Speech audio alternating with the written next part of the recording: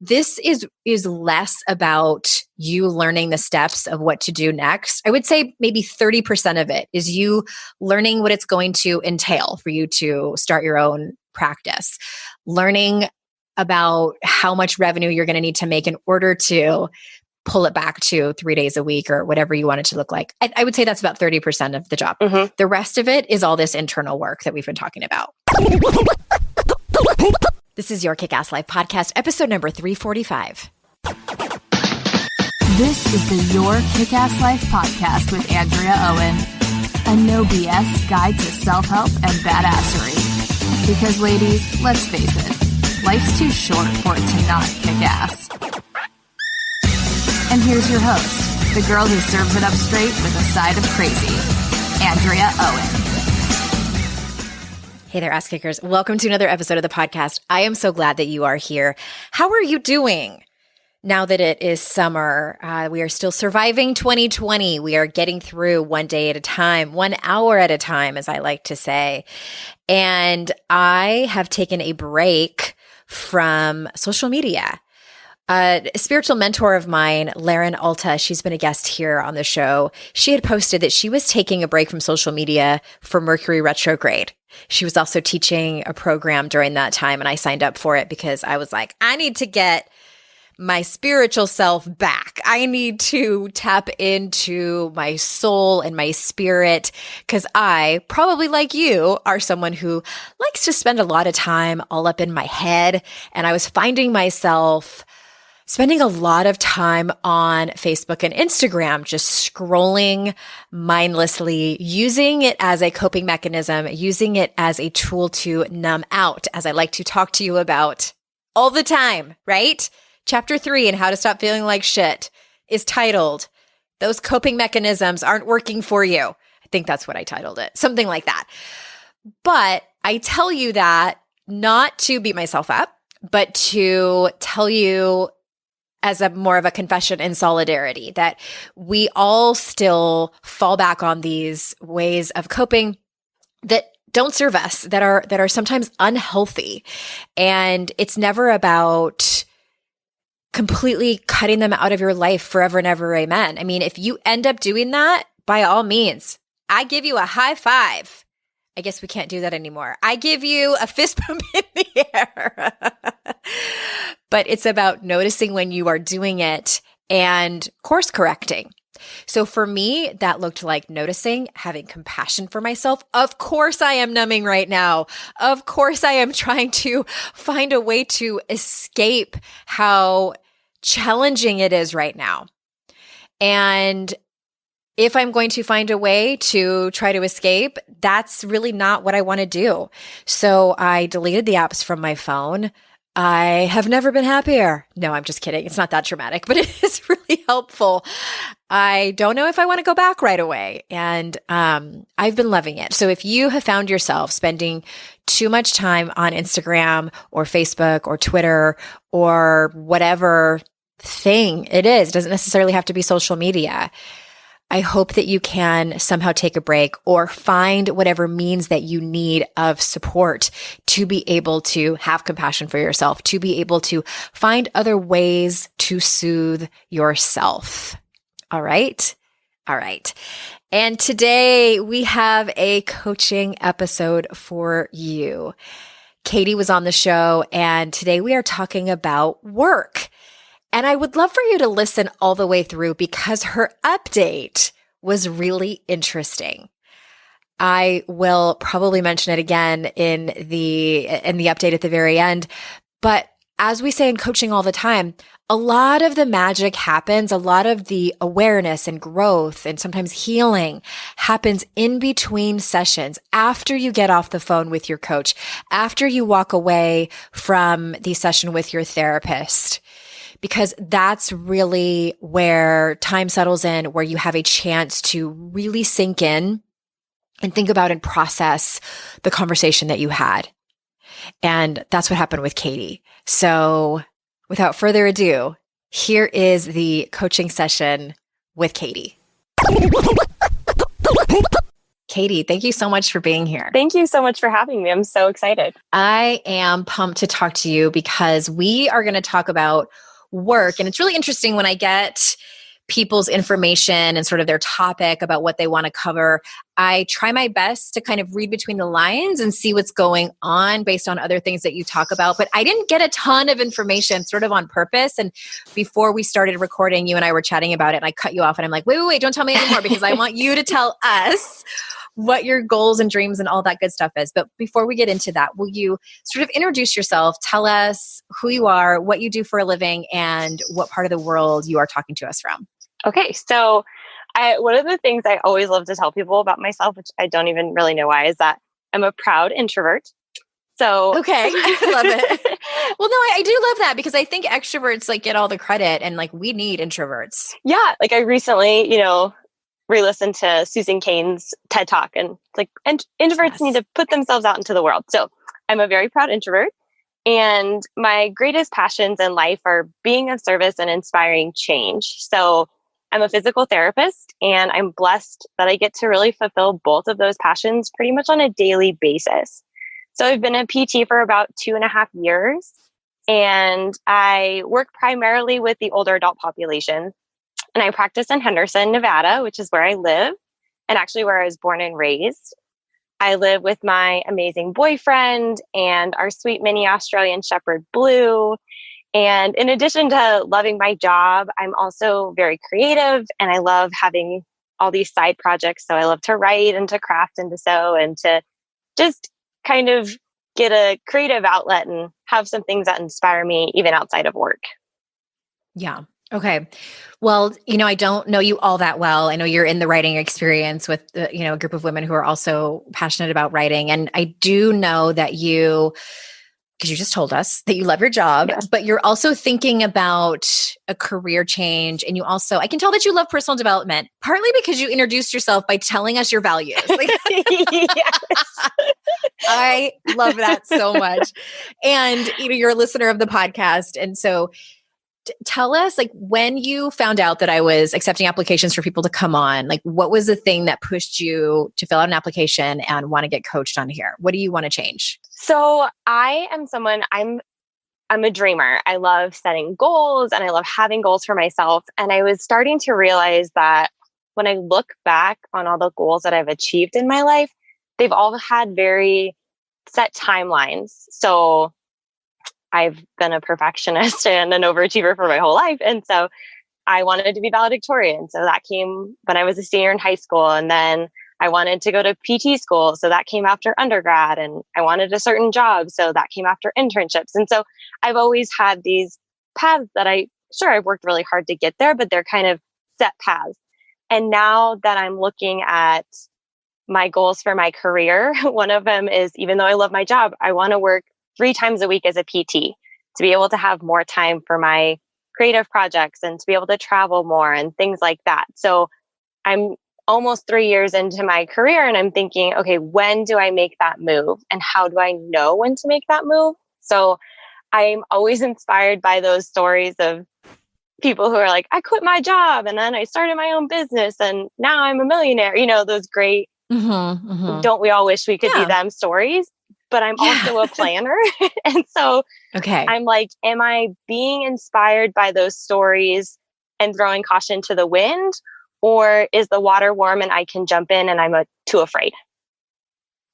Okay. Say that last part again, because I feel like that's really important. And also, I just want to acknowledge how self-aware you are in that. But it sounds like that's kind of where you're stuck. Yes. So, so can you repeat that? Yeah. So it's the idea is, am I inspired by these stories of people who just go all in and I'm personally throwing caution to the wind, or is the water warm and the time is right and I'm too afraid to jump in? Too afraid to jump in. If you had to guess, which one do you think it is? Or do you think it's a little bit of both? I think it might be a little bit of both. And part of that is I was recently reading The Gifts of Imperfection, one of Brené Brown's books. And she talks about when she's ready to make, or when she's going to make a big decision, if she wants to make it quickly, that means she hasn't really sat down and done the planning. So I think there's a part of me that's like, I just want to know and I want to do it. And then there's another Yeah. part of me that's like, I do love my job and I'm comfortable and why change? Sure. So I think I'm fighting with those sides. I have so many questions. Okay. Well, I'm curious, like the first question that came to my mind was what is different about this goal? Because you kind of listed all these different goals. Like I wanted to be valedictorian and I did that. I wanted to go to grad school, the career, like you kind of ticked all those things. Is this decision different from that? I don't know, I guess. I haven't thought about that way. I think it's because when I think of my work life, even starting out at 16, I like to do stuff. So I like to work and I like to have a job over the summer or whatever. But it always had a definitive ending, right? So summertime job, go back to school, pick it back up in the summer again. Or I finished grad school, had a little job for a time, and now I'm going to my career. So that ended. So I think that one of the big differences in this is that it's a goal where I'm not going to get to have that, oh, this job ended and now you can naturally move on. I need to kind of make that decision for myself. Okay. So it also sounds like if and when you make this decision, the actual task is a long game. Yeah. Rather than grad school is X amount of years. Yes. Interesting. What would the planning entail for this particular decision? So I've started doing a tiny bit of it and then I think I get scared and I back off. So it would entail knowing how much money I'm comfortable making, right? Because in my fantasy world, I work less and make more, which obviously doesn't happen. So hold up right there, because that is actually like, how do you know that that's true or not true? I should say. Oh, okay. I guess I don't. And maybe that's where there's parts of me that's like afraid to dream a little bit bigger, even, because I guess I have no proof that that's right. True. And so I just want to point out, you're making an assumption that if you work less, you are going to make less money, which seems logical, but you have no proof that actually, like, never in the history of the world has Katie made that decision that you're thinking about and gathered enough evidence for that assumption to be true. Correct. Yeah. Okay. All right. So what else have you done for planning or thought about planning that makes you scared?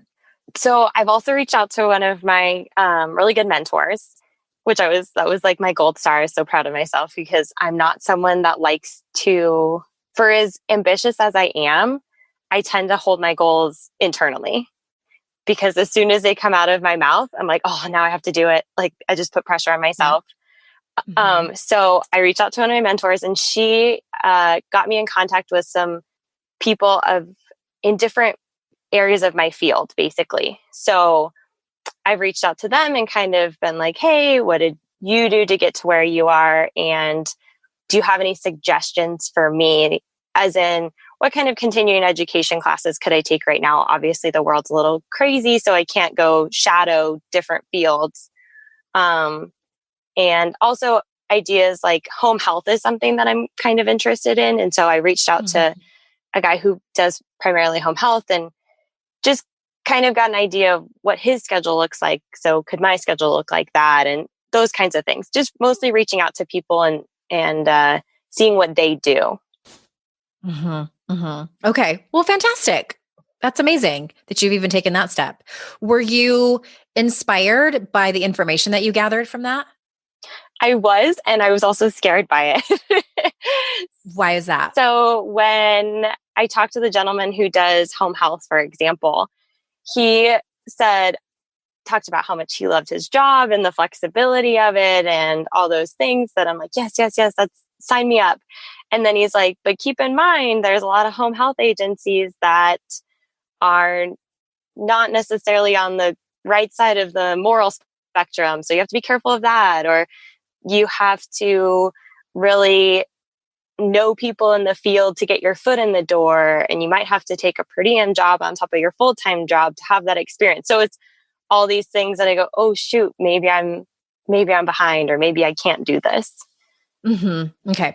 And then it sounds like your inner critic really likes to attach onto those things. Yes. Yeah. Yeah. Okay. It also sounds like he kind of gave you a pros and cons list, and you might not have seen all of those before, and now you do. And the pros excite you, and the cons, your inner critic is like, we need to talk about these things all the time, 24/7. Yes. Yes. So I just want you to think about that and be aware. So two things for you to sort of jot down as homework for you to put on your list just to keep on your radar.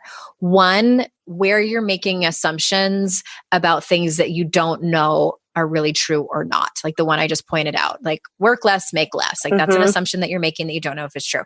And then also that, because for those of you listening, like no matter what new career or advancement in your career you're looking at, there are going to be disadvantages. Like there's going to be a downside. Watch where your inner critic is pointing at that with a spotlight and saying like, that's the reason you shouldn't move forward. It's fear. And I'm not saying that those things don't exist, but it shouldn't be a reason for you to stop completely. Okay. Okay. So that's like part of your homework. Okay. I'm curious about how you are afraid of this, like, because you've mentioned it a few times since we've been talking. So tell me, I want to hear all about your fears. Just like let it all out, like projectile style. Like, what are you afraid might happen? I think I'm afraid of, let me take that back. I know I'm afraid of being seen as imperfect and being seen as not knowledgeable in my field. So, for example, taking home health, I'm on my own, right? I go into somebody's house, I'm by myself treating that person. And my worst fear, inner critic imagines this patient says to me, oh, I have this problem with my shoulder, and I don't know what to do for them. And I don't know what it is. And then in my mind, I create the story that they think I'm a fraud. I don't know what's happening in the world. All those things. I'm not really a good PT. No one's ever going to refer to me. I go down this whole rabbit hole of just lies and made up stories. And I know that they are, but that doesn't make them less scary. Do you find yourself, do you catch yourself in those moments, or is that something retrospectively that you realize is happening? I can catch myself in those moments, but it's almost like, might sound strange. It's almost like a comfort to allow myself to think about it, because then I don't have to actually take action. Yeah. Yeah. It doesn't sound strange at all. It's completely normal human behavior. I'm going to go off on a little tangent here, but bear with me. And I've talked about this before with somebody else I coached, and I cannot honestly, like off the top of my head, remember who it was. And I also talked about it in How to Stop Feeling Like Shit. And it's Unwanted Identities. Do you remember that at all? Yes.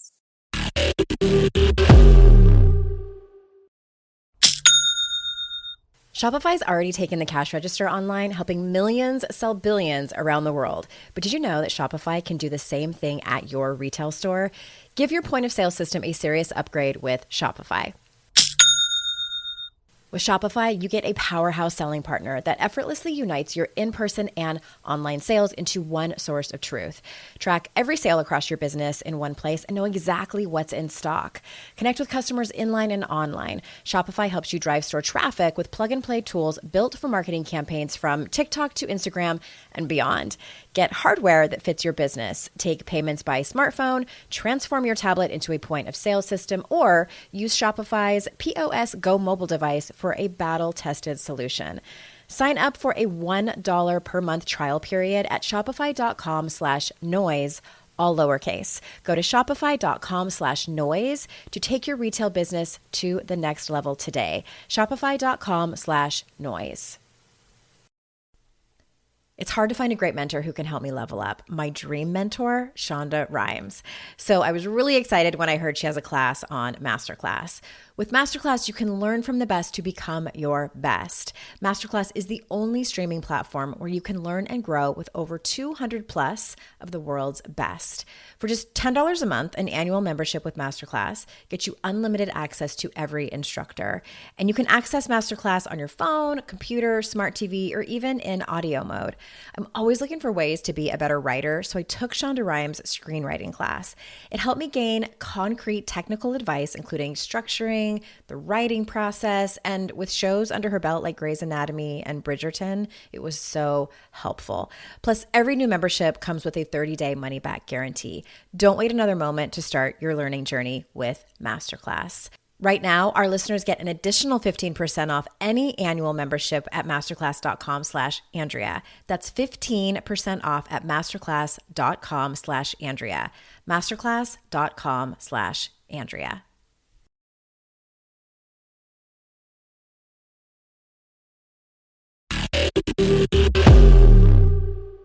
So, I'm going to quiz you. Oh, no. Do you remember? And if you don't know, it's totally fine. I obviously don't mind talking about it, but it has to do with shame. Do you remember what the connection is to shame and your unwanted identities? Okay, I'm just going to take a guess that shame is, okay, this might be totally in a different direction, but the idea that shame is controlling my life without me realizing it. Is it something like that? Part of it.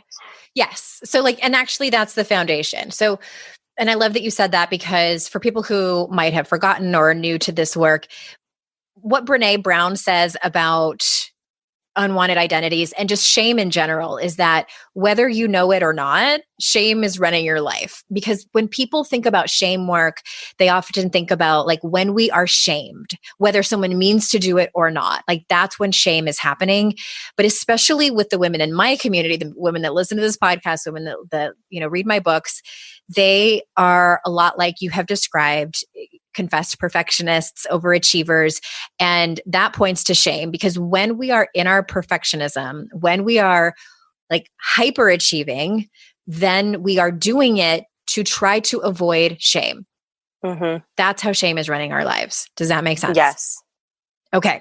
So when you just mentioned that your fears, and I love that it was the first fears that came out of your mouth too. I mean, I love it, but I don't love it. Yeah. But I love it because it points to this, because you are afraid of being seen as not perfect. You're afraid of being seen as not knowledgeable. You said you are worried that someone's going to bring you their ailment and you're not going to immediately know what the problem is. And what I have people do when we do this work privately or in the mentorship, the group that I teach this in, and keep in mind, everybody, this comes from, I'm pretty sure she talks about it in Daring Greatly, Brené Brown's book, and all these links will be in the show notes. But I take people through this exercise, and of all the modules that I teach, like this one is probably my favorite, because this can change your life when you become aware of it. And I'm glad that you're on the up and up and you understand when this is happening. So I would tell people to break down different areas of your life, because it's too big to do it with your entire life. Mm-hmm. But we all have unwanted identities, ways that we would never want to be perceived by other people. You have these identities in your romantic relationships. You have them at work. You have them with your friendships. You have them with your parents. You have them in all the different hats that you wear, all your different identities. You have them. You also have ideal identities, the way that you want to be seen by others. And this is where perfectionism is born. Because we are human, and because we cannot control how other people see us or judge us, or sometimes criticize us out loud, or, just to themselves by looks that they give us, because we can't control that, we inevitably will fall into these unwanted identities. Someone in your career is going to think that you are not perfect. Someone is going to think that you don't know as much as they originally thought that you did. Someone is going to be disappointed that you couldn't name their ailment right when they told you about it. You have no control over that. So what happens when we fall into one of these unwanted identities, or think we're in one, because sometimes we don't even know, then instead of practicing what we call shame resilience by having self-compassion, by talking about it to other people, we try harder to be perfect. Mm-hmm. And it becomes this cycle that we can't win. Yes. So that's what's happening. Yeah. And you're totally normal. And I love also that you said that you do find some comfort in it. All that is your brain. It's a pattern that's been created that you're so used to. I call that like getting comfortable with being uncomfortable. Yeah. somehow we end up there. So the solution, I'm actually going to ask you, what do you think would be a good solution in terms of just sort of walking yourself through these fears? So in general, or for this like specific, like taking that specific example? Let's use this specific example. Okay. I could rely on some, instead of imagining it, the worst case scenario, I could take myself a step back and think of a time where I was in a moment where I didn't necessarily know what to do right off the top of my head and how I worked my way through it. So it's funny because I always tell myself this, even though I don't necessarily lead with it in my brain, is that usually the patients that like quote unquote scare me are the ones that I feel like I have the best success with. So they're the ones that I didn't know what I was doing and I just stuck with them and we tried things and we figured out what worked and all those things. So I think using those examples would be something that's probably of benefit to me especially because I love thinking and brainstorming. It's like, let's just pull it back to oh yeah, there was a time you experienced this and you worked through it. Okay, I love that. So you're actually relying on evidence that you can survive worst case scenario. Mm-hmm. Yeah. Okay, I love that. I would love for you to do that, as well as how is your self-compassion in moments like that? Oh, it varies. It wavers. Okay. I wouldn't say I would say I'm better at giving myself self-compassion if an issue actually occurs. So let's say someone did call me out and I felt embarrassed. Mm-hmm. I am actually better at being like, okay, like you were embarrassed and that happened. And I don't know if it's because it happened. And so I know I need to move on from it. And if I'm just making it up in my head, I need to try to problem solve it. But I'm better at self-compassion if something actually does occur. So I'll give myself credit for that. But when I'm just getting in like the rabbit hole of my inner critic and all the things that could go wrong, I'm not good at being like, hey, it's okay. That kind of thing. Okay. I want to point something out that I think might be happening here too, but I very well could be wrong. So you mentioned the word embarrassed a couple of times. And now that I've done shame work for, 6 years now or so, my feeling is that we call things and I never want to put feelings in people's mouths. Like your experience is your experience. And I'm going to offer a little bit of a different perspective. I think that many times when we think things are embarrassing, it's actually shame happening in our bodies. And culturally, like we just don't say that word as often. Like if you're say like we go out for coffee and you're like, oh my gosh, I had this one particular patient and she was just being really hard on me and we just are butting heads and she criticized me in front of, 2 of her family members. And it was just I just was so ashamed. Like that would kind of surprise me if it came out of your mouth, like rather than you saying I was so embarrassed. Yeah. Do you know what I mean? It's just not as part of our vernacular as the word embarrassed. And so I'm not saying I think you should use the word ashamed to replace the word embarrassed, even if it's just privately for you, that you understand that that's probably what's happening in your body more so than embarrassment. Because embarrassment is defined more so as something that we readily admit and understand, consciously know that this is something that happens to everyone. I know very quickly I'm going to laugh about this. So it's reserved more for things like you had toilet paper on your shoe when you walked out of the bathroom, or, even like you accidentally burp louder than you thought it was going to be after you drink like a 7-Up. Do you know what I mean? Exactly. You're like, that's embarrassing, right? But you know that it happens to everyone. And so shame is more of a feeling like where you feel very alone. And do you know, can you understand the difference like in your own mind? Yes. So, okay. And what I think part of that might be for me is that I struggle to feel my feelings. So okay. I am someone that if I'm sad, I'll switch to angry because that's control. I can control that. So I think where shame comes in is like, oh, that's deep. That means I was hurt. That really happened and that impacted me and it created this experience and that makes me vulnerable. And so I think that I try to throw the word embarrassed at it, even if it's subconscious. I try to throw the word embarrassed at it to make it sound like it's fleeting, no big deal. To minimize it. Yeah. Mm-hmm.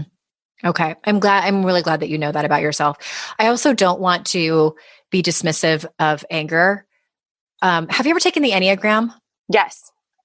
What are I'm you? a 3. What number are you? You're a 3. Okay. So 3s are similar to 8s, and I'm an 8. And I do know, like, I know, like, really hey, and if anybody listening knows an expert on Enneagram that would like to come on the podcast, please message us, because I want an expert to come on. But what I do know is that we all handle our feelings differently, and some Enneagram numbers can pull anger really quickly. And it sometimes doesn't matter about the Enneagram. I think that anger is what they call in psychology a secondary emotion. And typically there's something underneath it, which is a lot of times hurt. Mm-hmm. I don't want you to think that you're wrong for feeling angry, but I would encourage you to consciously know that what's really happening is that you're hurt or ashamed. Is that fair? Yeah, definitely. Okay. I'm also curious for you to tell me a little bit more about how you don't feel your feelings. Can you say a little bit more about that? Yeah. So part of this, I think, is through trying to, like you said, I'm totally love self-help. And I try to put in the work and not just listen to the podcast or read the books. And I try to do the work myself. And I'm also going through this writing journey and just realizing that when, for example, I'm writing about something and I'm frustrated, and I know I'm getting frustrated, and instead of just stopping and allowing myself to just feel frustrated and feel maybe disappointed even, or that I'm having a moment of difficulty or struggle, I just try to push through it. I'm like, okay, if I can fix it before I let myself feel frustrated, I won't be frustrated anymore. And then of course it just makes everything harder. It makes everything worse, because pushing through it is not really what I need. I just need to take a step back and allow myself to feel that way. Mm-hmm.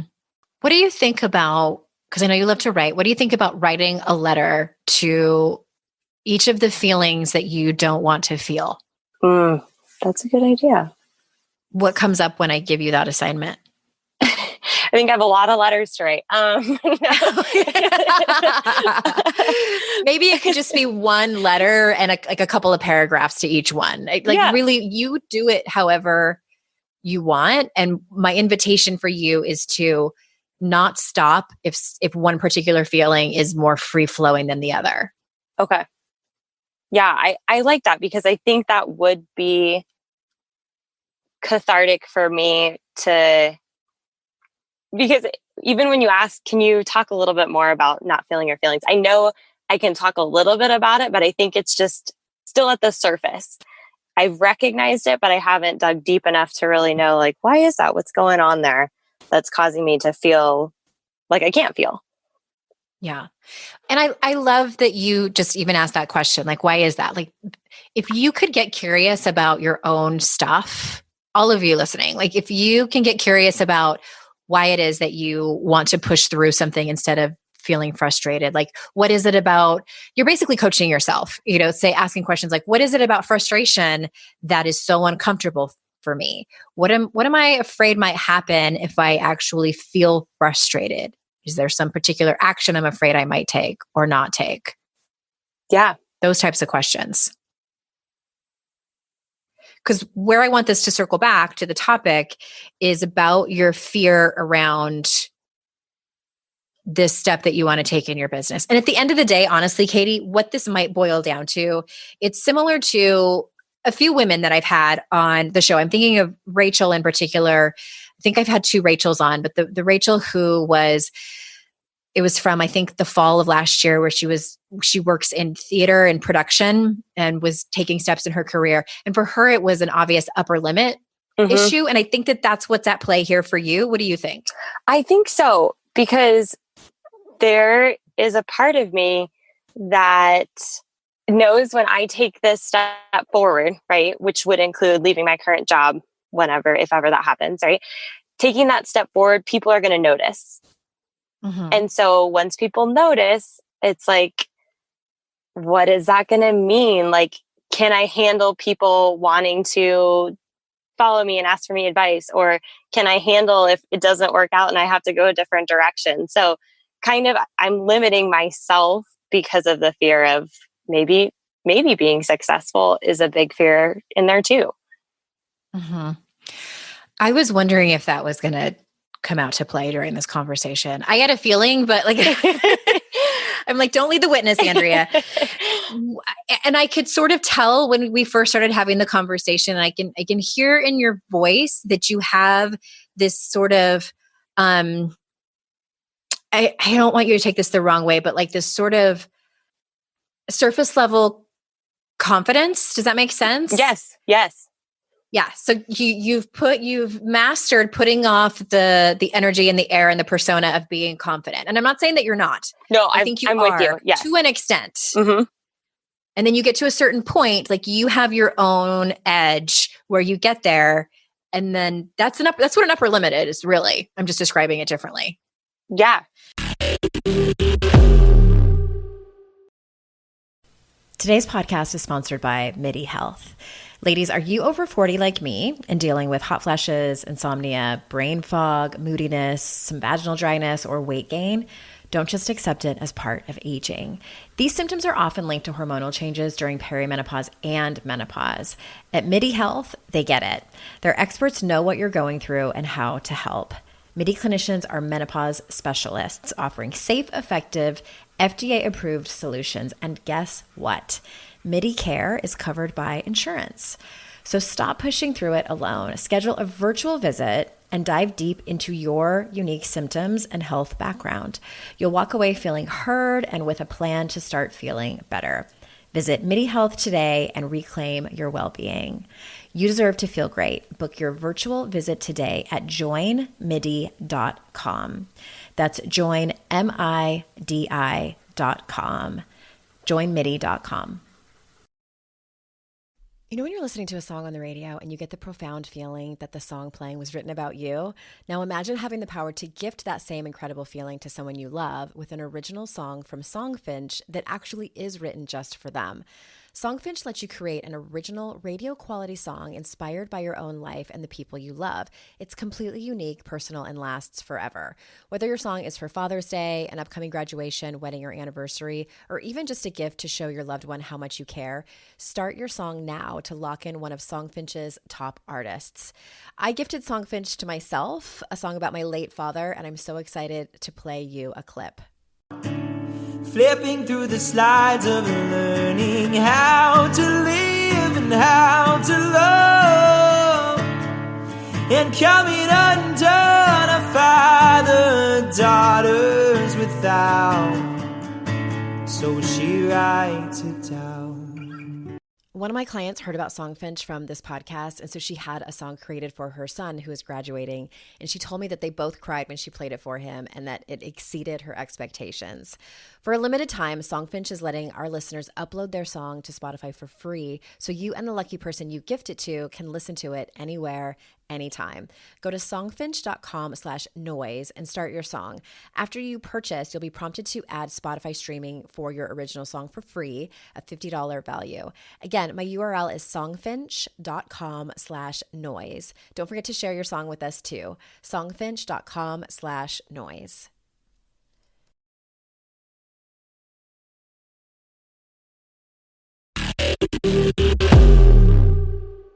I also think you're pointing to something really interesting that I want to point out selfishly, because this is what a large part of my third book is about, and that it's about women stepping into the next level of their life, the next level of their career, the next level of their relationship. We see that as extremely vulnerable because we have grown up in a culture that tells us to not be seen in that way. Like, no, the spotlight is not for you. Don't be too big for your britches. Don't be conceited. Don't act like you're so Does that resonate at all? Yes. Yeah. Because there are consequences. Mm-hmm. Exactly. And you named them. Yeah. Yeah, people are going to be watching me, and Mm-hmm. I'm the introvert. I'm the proud introvert who likes to just do my Right. own thing and be in my own corner. And not that I don't love people, but I want to be able to fail quietly if I fail. Interesting. Is anything happening in your body as we talk about this particular thing? I feel like I'm getting hot. Okay. Yeah. And it's just, something's definitely rising up from this, because I've obviously thought a lot about like, what do I want to do next and what are those steps, but not necessarily a deeper why not. Not necessarily a deeper why not. Like, So if you had to answer that question now, what do you think the answer is? Why not? I mean, I think the global answer is still fear. But I think it's bigger than I realized initially. It's not just fear of failure. It's fear of being seen. Mm-hmm. Mm-hmm. Yeah. Fear of being seen. I get it. And like, woman to woman, it infuriates me that we have to fucking deal with this shit. Like, it does. Right. And as a coach, I think I'm gonna talk like for a second on a practical level. You will get to a point, like, as someone who has personal experience with jumping into a career that I had really no idea what I was doing, and did the same steps that you did, talked to some people who had done it before me and was afraid and like took these little steps. There were times where I encountered new big things and I didn't know how to handle it. Because you mentioned, like, will I be able to handle it? Like, will I be able to be in the spotlight, afraid of being noticed? Like, that is going to happen. Like, you are going to get to the place where you're noticed more, where you might not be able to do something and you have to figure it out on your own, or you make a mistake on your taxes, or, all these different things. And I promise you that you will be able to deal with it. No one ever died from not being able to handle a personal situation. I mean, unless you owe like loan sharks money, which I don't think that's the direction you're going down. But like, we make up these stories. Our brains go into these fear pathways where we are so afraid of what might happen. It feels insurmountable, physically, mentally, emotionally. So we just shut it down. Okay. But I promise you, it's not always going to be smooth sailing, and you also will be able to handle it. Like, I believe in you. I believe that about you based on your past and what you've accomplished. So like, let's put that aside on a practical level. This is less about you learning the steps of what to do next. I would say maybe 30% of it is you learning what it's going to entail for you to start your own practice, learning about how much revenue you're going to need to make in order to pull it back to 3 days a week or whatever you want it to look like. I would say that's about 30% of the job. Mm-hmm. The rest of it is all this internal work that we've been talking about. Do you believe me? Yes, I do. Because it's okay. That's what's stopping me. It's okay if you don't. Because a lot of people don't believe me. That's totally what's stopping me from taking a next step. And even when you talked about our brain kind of shutting us down and the idea of fight or flight, I'm totally a freeze. That is my go-to. Yeah. And so that's fight, flight, or freeze. Yeah, I'm stuck in freeze right now, I think. And you know what? I want to also remind you that this is like, freezing and being stuck is a normal part of the process. You're not constantly in motion. I also like to remind myself that humans are a lot like the earth, like, and we have seasons, right? Mm-hmm. Maybe you're in a winter right now. That's totally fine. Like, I've spent like an entire year in a winter before, and I've had like my colleagues like tap me on the shoulder and be like, okay, girl, like this has been a nice long break. You've been resting on your laurels, because springtime can be really scary. Yeah. What do you think would help you? I know I've given you like several assignments. Can you think of anything else based on what we've just talked about that maybe that's important in your personal life that I might not know about, that would be helpful for you to take the next step? I think that I need to, because I'm someone who I know I'll do whatever I set out to do. But I like I said, to fail quietly, or however you want to say that, not to be pessimistic, but I want I want to keep my goals to myself. And I think if I get into the practice of being more open about my goals and sharing them, I'll find that people are actually more supportive. And that might be helpful for me to realize like, oh, like I'm not crazy for wanting to try this, because that's probably another level. Or realizing that even if people don't get it, doesn't mean I can't do it. So I think that might be helpful, is to start sharing things, and forcing myself to do that, even though it's a little bit against my default setting. Okay. Yes. I love that. Are you a part of like a PT network or even like Chamber of Commerce, like entrepreneurs or anything like that? Yeah, I'm part of the APTA. So for the national and Nevada chapters. And then I also recently joined it's called ITA, the Independent Therapist Association, which is an online forum. Oh, okay. My invitation for you is to find, because I'm always excited when people want to share their goals, but also a little bit hesitant because this is about sharing with the right people. I know that you said like they might not understand it, but at least they'll be supportive. That's great. That's a great start. I also want you to intentionally try to find people who both are supportive and understand it. So that's where like a mastermind will come in. So it's people that are interested in the same goals that you do. And maybe it's not physical therapy. It might be like a therapist or a counselor or something that works at a hospital who wants to go out on their own. Like you're finding people sort of within either the service industry or the wellness service industry who do something similar that have the same goals. Okay. Try to find them on some kind of online forum. That's one great thing about, living in 2020 is that technology is on our side here, and you be the sort of catalyst of starting this group. It can be like all women if you wanted to, it doesn't have to be, but 4 to 6 other people where you meet regularly, even if it's just like your own little Facebook group or text, or you meet on Zoom or something, to where you can mastermind together to help each other out. How does that sound or feel with your current schedule and everything going on? It sounds totally doable. It sounds a little bit scary, but then I'm like, that's what I need right now. Is like, that's a good first step, I think. Yeah.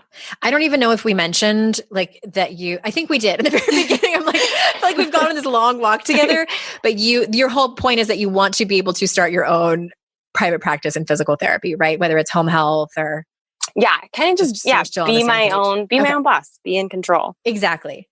Stay in the same industry, but be your own boss. And I can tell you from someone who has done that, like you need to have people who understand what that actually looks like leaving a company who provides a steady paycheck like that. It's super exciting and it's really vulnerable, and it has its own challenges and mindset necessities that you're going to need specific people in your corner. Yes. You cannot do that in a vacuum. Yeah, I know. I'm like, oh, I wish I could, but no, I know. I need to be able to reach out to those people. And every time I reach out to someone, even the mentor that I talked about earlier, I'm always glad I did. Yeah. And maybe that person can point you in the direction. Maybe they know people who are sort of at your level, or maybe they'll even want to be in a group with you. Who knows? Yeah. You may, be surprised and have that person say like, yeah, I would love to be in a group with you, or I would love to mentor you regularly. And you just never know until you ask. If you don't ask, the answer is always no. Right. Okay. Yeah. You need the right support was my whole point. And as I just want to kind of quickly summarize, and I'll go back to the assignments that I assigned you, about 30% of it is going to be strategy. 70% is all in your mind and like, having these kind of conversations that we had before. And because I'm not worried about you in terms of, I'm going to just, figure out these steps that I need to do and actually do them. I would more worry about you as you like staying in your winter season. Yeah. And that's so I get like, like when you say the winter season, I think of this squirrel just like storing nuts. And it's like, that's what I'm doing. Mm-hmm. I'm just storing everything and I feel really productive. Yeah. And then it's Yep. like, but I haven't done anything with those. So I get all the research, work on your logo. Yes, exactly. So I'm like, I need to get back into the wilderness. I need to go make some things happen. I'll just keep storing things. So yeah, that's absolutely right. Yeah. And I also invite you to do something fun and creative, like make a vision board or do some kind of vision or visualization or draw a picture of what you want your life to look like in 2030. Oh, yeah. I recently I sent out an email about this. I don't know if you saw it, but I found the goals that I had written down in May of 2010. Oh, wow. I don't think I did see this. Yeah, I got to find this. Yeah. So I wrote down, I think I sent the email out and I think the subject line was something about like, open this if you're a life coach or want to be one. So that's probably why you didn't open it or see it.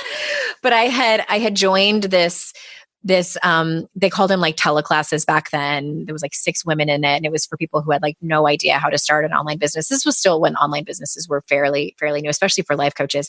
Anyway, I had written down my goals for my 3-year, 5-year, and 10-year goals. The instructor had asked us to do that.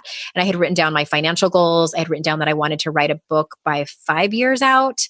And I forget what the other goal was, but I found it recently in 2020 and was like, holy shit, I completely blew my goals out of the water. And when I made those, I thought I was dreaming big. Mm-hmm. I did. I was like, oh my God, write a book within 5 years. And I wrote one within 3 years. And I had totally forgotten that I had written that down. All that to say is that I know that there's research that shows it, so I don't need to, try to convince anybody, but it matters when you write your goals down. Yes. It matters. It makes a difference. And a lot of times we just do that, like, okay, what do I need to get done in the next 6 months? But the invitation is for you to write, what do I want my life to look like in 2030? And obviously it's not, it's not a psychic premonition or that you have to be married to these goals or anything like that. It's just about dreaming, which I know you love to do. Yes. Okay. So exciting. Anything else you want to say before I recap of all the assignments that I gave you? No, I think that was fantastic. Okay, good. I have down that you are going to write a letter to each of your feelings. Yep. And just kind of free form, whatever comes up. You're also going to start to be more aware when you're making assumptions. Do you remember that? Yep. Did you write that one down? Yes, I got that one down. Okay. Mm-hmm. And then what was the other thing I said about inner critic, right? Yeah, for the inner critic for the reasons that I shouldn't move forward. And then the only other thing I have down, well, you know what I would also like you to do is formally do the Unwanted and Ideal Identities assignment. Okay. In terms of work. So you're going to list on one side of the page. You can, draw a line down the middle on one side of the page, list all the ways you would never want to be seen by others at work. Okay. You would be mortified if you walked by a room in a hallway and like overheard people talking about you and they were saying this. Okay. So all of those things. And then on the other side of the page, you would write down your ideal identities, the way you always want to be seen as. And I want to add one thing. Anybody who I encourage everybody to do this assignment is that when you're thinking about your ideal identities, what I have found that women do is that they write down the things that they're already being seen as. Like, I want to be seen as responsible, reliable, a good, honest employee. It's like, oh, for fuck's sake. Like that's what you are like on a daily basis. But like, I don't want you to hold back. This is ideal. Do you want to be the one who quietly wins all the awards? Employee of the month every month. Right. When they're having team meetings, they're like using Katie as an example of how to do it right. Yes. Like those types of things. No one has to see this list. Okay. But because like that's where your perfectionism is. Yes. Truly. Mm-hmm. And it's important to know these so that we spot ourselves when we're in that cycle. This isn't about completely eradicating this from our lives. Like this is still going to happen. But when you realize that you are either in one of your unwanted identities and falling down a shame spiral, or you are trying to enact an ideal identity, and again, futile because we have no control how other people perceive us, it's helpful to catch yourself in those moments so that you can practice self-compassion, so that you can talk to a trusted person, whether it's your partner or your best friend or whomever who understands what you're going through. Yeah. It's the whole point of understanding ideal and unwanted identities. Okay. So that's one assignment. And then just, I would love for you to do the fun assignment of either vision board or just, dreaming about your life 10 years from now. Yeah. I love that. Yeah. I love that. Okay. I gave you a lot. That's okay. That's okay. I tend to do that. Okay. How much time do you want to be able to do this before we follow up with you? I definitely can get like the letter and the vision board and all that done within a week. Cause I think it's important that I kind of kick myself in the butt and get going. And then of course the watching the assumptions and stuff like that, I'm going to start with, but I'm sure that'll take some time to like really see the patterns and all that kind of stuff. Or maybe it won't. Maybe I'll surprise myself. I'll see it right away. Okay. So we'll follow up in a week and we'll see how it's going. And then I will give everybody an update once I hear back from you. Sound good? Sounds great. All right. Thank you, my dear. Thank you. Okay. Bye-bye. Bye. All right, everyone. We're back. What did you think? Did you see parts of yourself in Katie?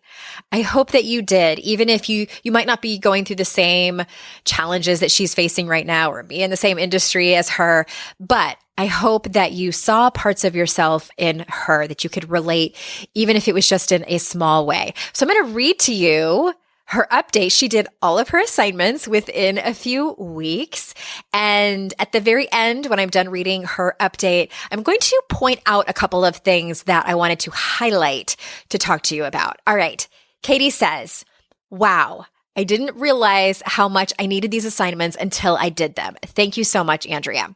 The first thing I did was my vision board, which was very enlightening. When I finished it, I realized the majority of it consisted of goals for family, travel, publishing books, and creative projects. Therapy was still represented, but it was minor.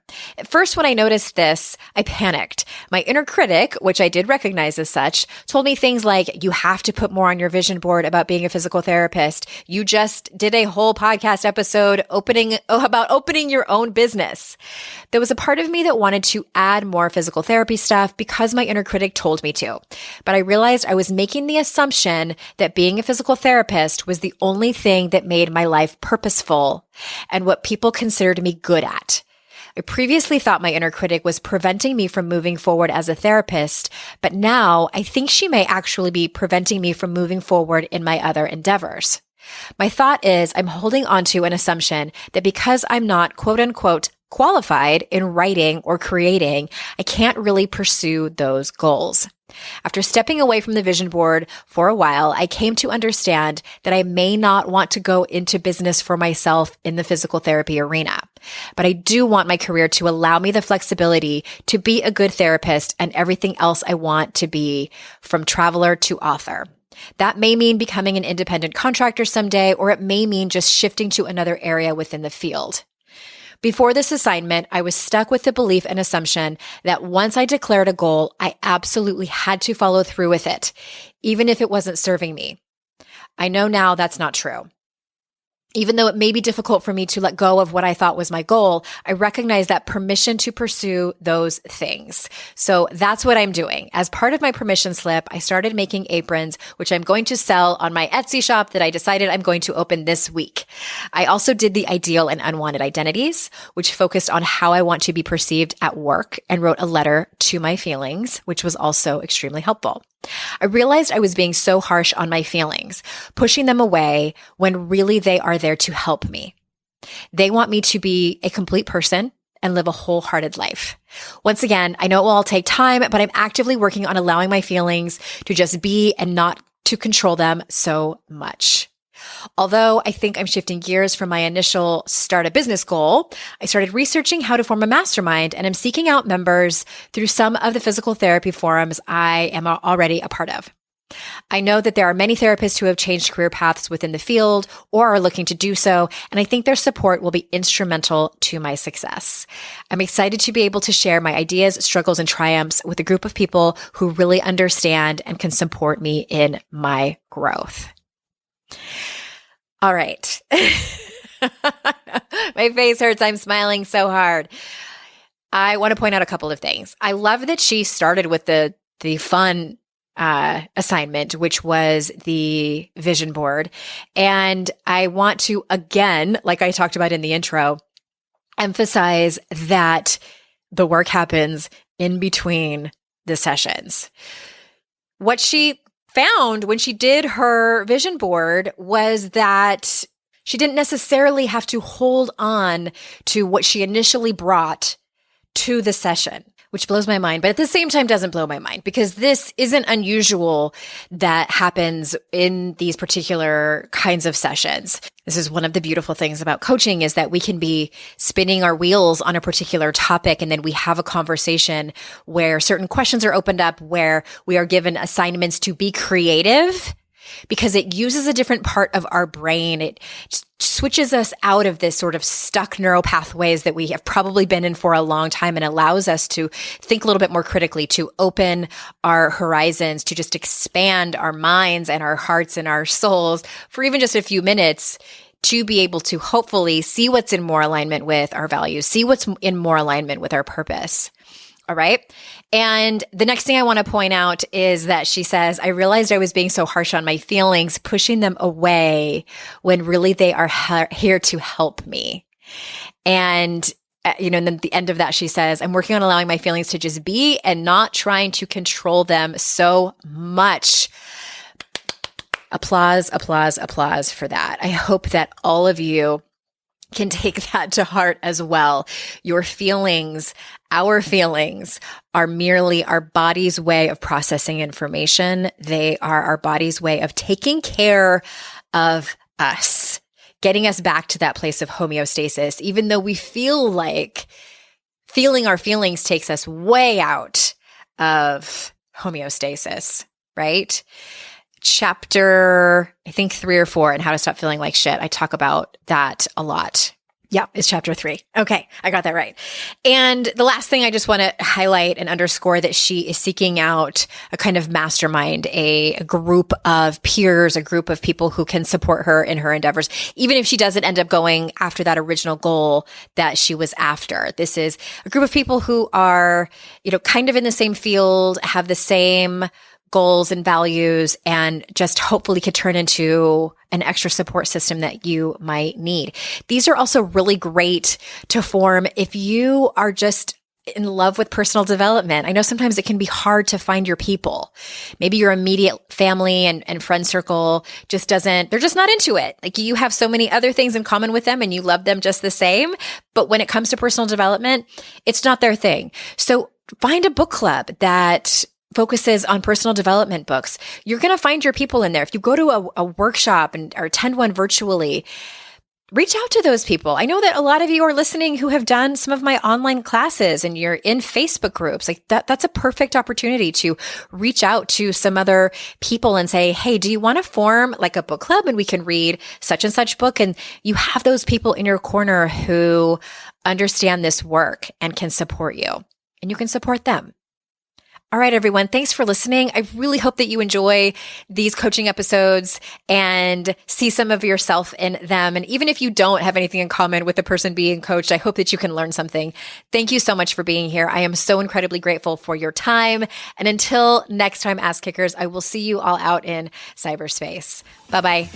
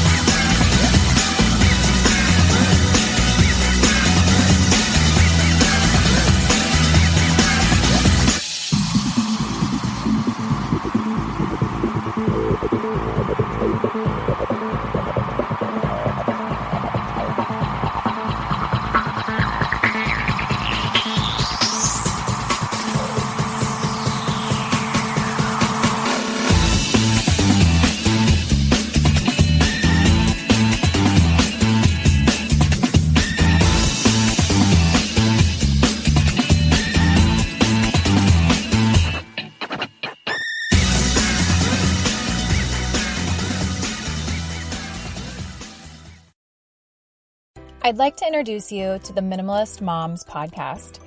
It's hard enough being a mom, and the last thing you need is stress from too much stuff and an overcrowded schedule. For too long, I lived with the mindset that bigger was better, and the more I added to my life, instead of feeling better, I felt overwhelmed. It was time for a radical new mindset. Less is more. I'm not into extremes. I didn't throw everything away. My brand of minimalism is more about adding than subtracting. Get rid of the excess to make room for what you love. In other words, it's about living life with purpose. I hope you'll listen in, and my guest and myself can inspire you to think more and do with less. The Minimalist Moms Podcast, available wherever you listen to podcasts.